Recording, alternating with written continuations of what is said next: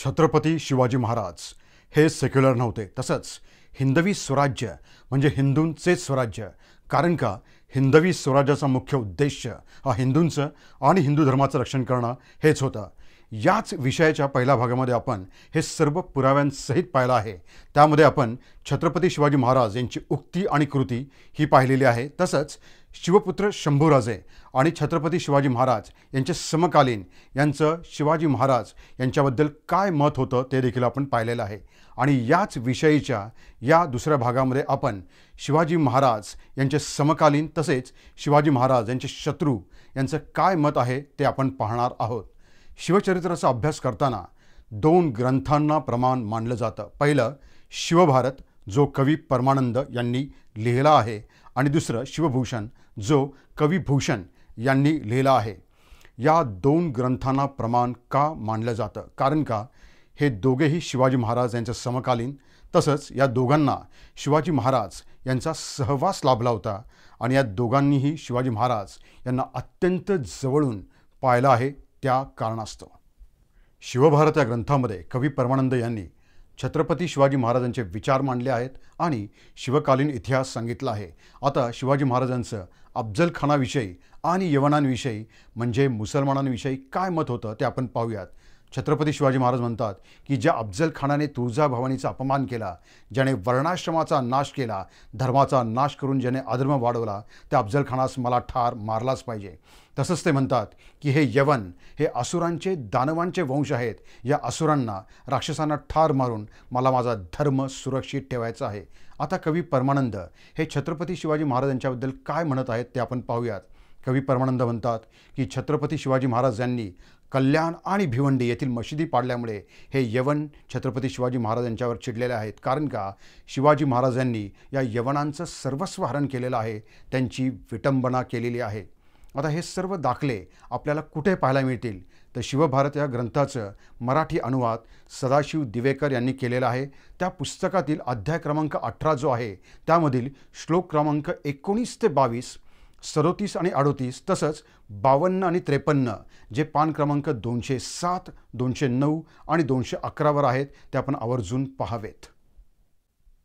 या यवनांना उद्देशून राक्षस आणि असुर ही जी विशेषणं वापरली आहेत ती खरंच किती योग्य आहेत ती पहा.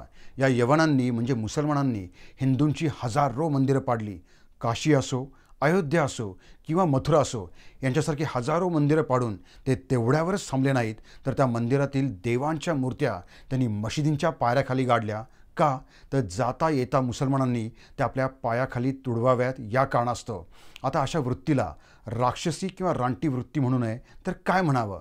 आता मी तुम्हाला साकी मुस्तेद खान याचं मासिर आलमगिरी हे जे औरंगजेबाचं अधिकृत चरित्र आहे ते वाचायला सांगेल. ते आपण आवर्जून वाचावं, ज्याचा अनुवाद जदुनाथ सरकार यांनी इंग्लिशमध्ये केलेला आहे आणि रोहित सहस्त्रबुद्धे यांनी मराठीमध्ये केलेलं आहे.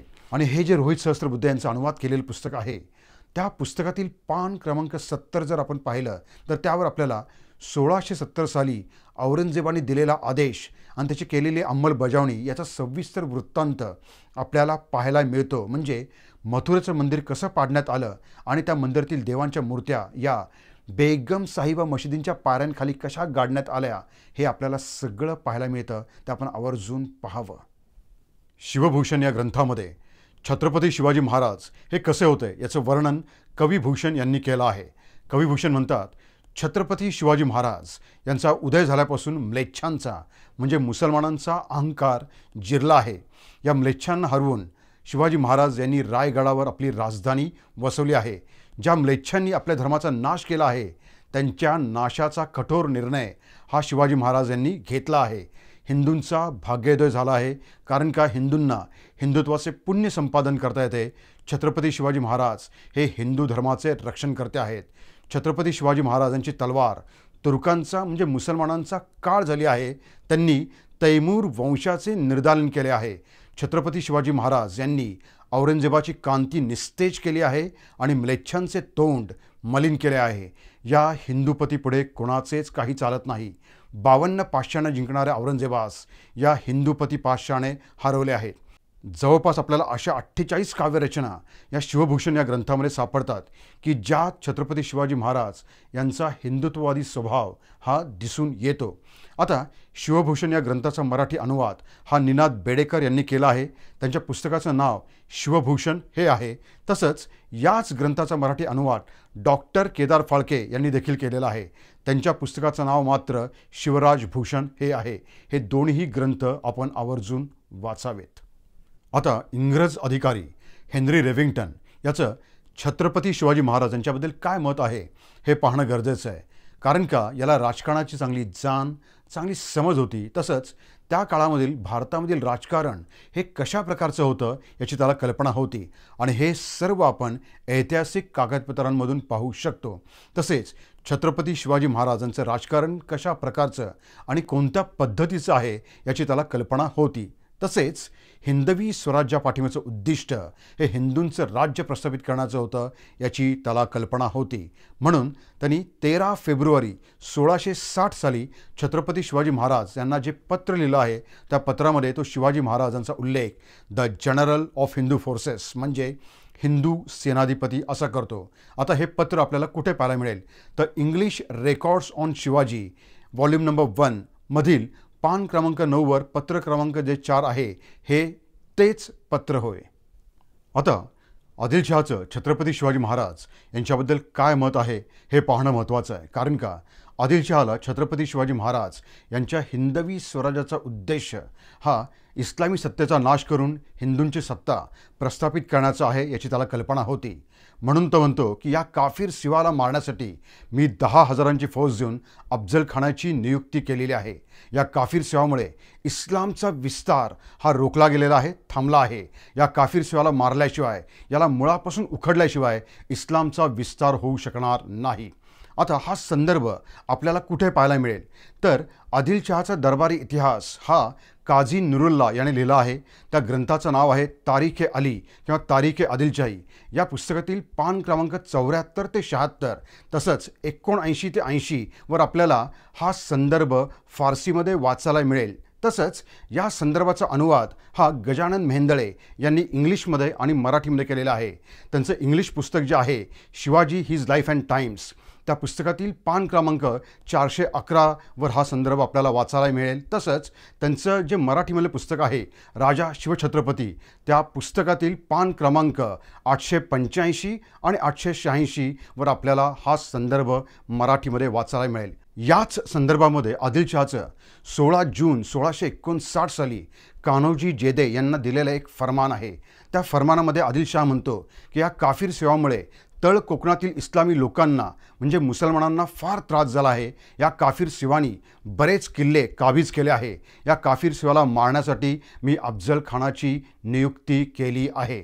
आता हा संदर्भ आपल्याला कुठे पाहायला मिळेल तर वा.सी. बेंद्रे यांचं पुस्तक आहे साधन चिकित्सा.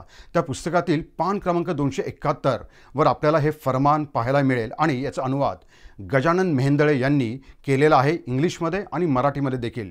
तर इंग्लिशमध्ये जे पुस्तक आहे त्या पुस्तकाचं नाव आहे Shivaji his life and times. या पुस्तकातील पान क्रमांक 411 आणि 412 वर हा संदर्भ आपल्याला इंग्लिशमध्ये वाचायला मिळेल. तसंच राजा शिवछत्रपती हे जे मराठी पुस्तक आहे त्या पुस्तकातील पान क्रमांक 913 वर आपल्याला हा संदर्भ मराठीमध्ये वाचायला मिळेल. तो आपण आवर्जून वाचावा. आणखी 2 महत्त्वाच्या घटना या आपल्याला माहीत असणं गरजेचं आहे. पहिली, नेतोजी पालकर यांना जबरदस्तीने औरंगजेबाने मुसलमान केलं. त्यांचं नाव ठेवण्यात आलं मोहम्मद कुली खान. या नेतोजी पालकरांना छत्रपती शिवाजी महाराज यांनी पुन्हा हिंदू धर्मामध्ये आणलं. जर शिवाजी महाराज सेक्युलर असते तर नेतोजी पालकर हे मुसलमान राहिले काय किंवा हिंदू झाले काय याचा त्यांना फरक पडला नसता. जर सर्व धर्म हे समान आहेत, सारखे आहेत अशी जर शिवाजी महाराजांची धारणा असती तर त्यांनी नेतोजी पालकर यांना हिंदू धर्मामध्ये आणलं नसतं.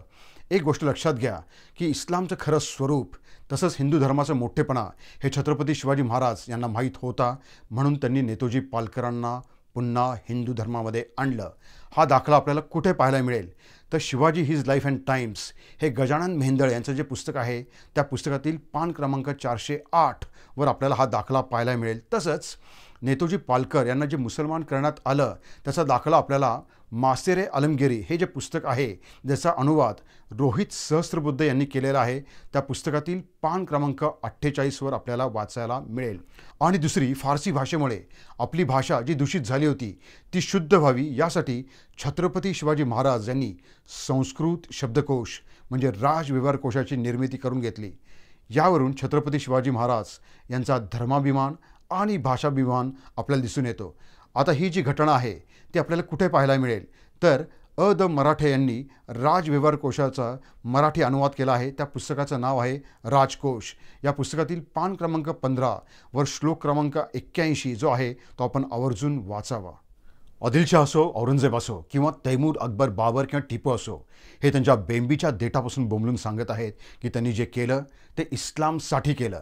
आता या लोकांकडून आपल्याला सेक्युलर असण्याची अपेक्षा नसते, परंतु आपल्या धर्मावर अत्याचार होत असताना, आपल्या धर्माचा अपमान होत असताना, आपल्या लोकांचा छळ होत असताना, तसंच आपल्या हिंदू स्त्रियांवर अत्याचार, त्यांची विटंबना होत असताना, आपली मंदिरं पाडली जात असताना आणि त्या मंदिरातील देवांच्या मूर्त्या या मशिदींच्या पायऱ्याखाली गाडल्या जात असताना छत्रपती शिवाजी महाराज यांनी कसं असावं तर सेक्युलर असावं.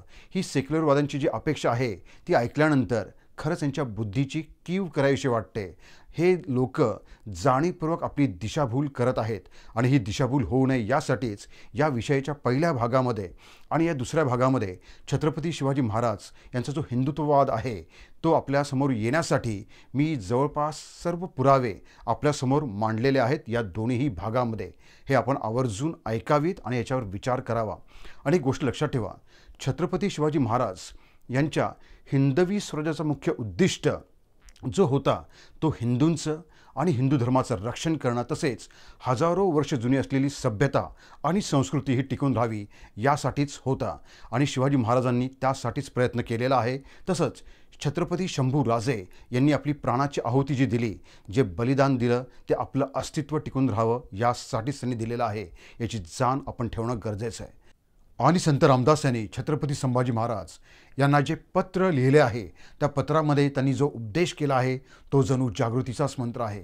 ते म्हणतात, बहुत लोक मिळवावे, एक विचारे भरावे, कष्ट करुणी घसरावे म्लेच्छांवरी, शिवरायांचं आठवावे, जीवित तृणास समान मानावे, इहलोकी परलोकी तरावे कीर्तिरूपी.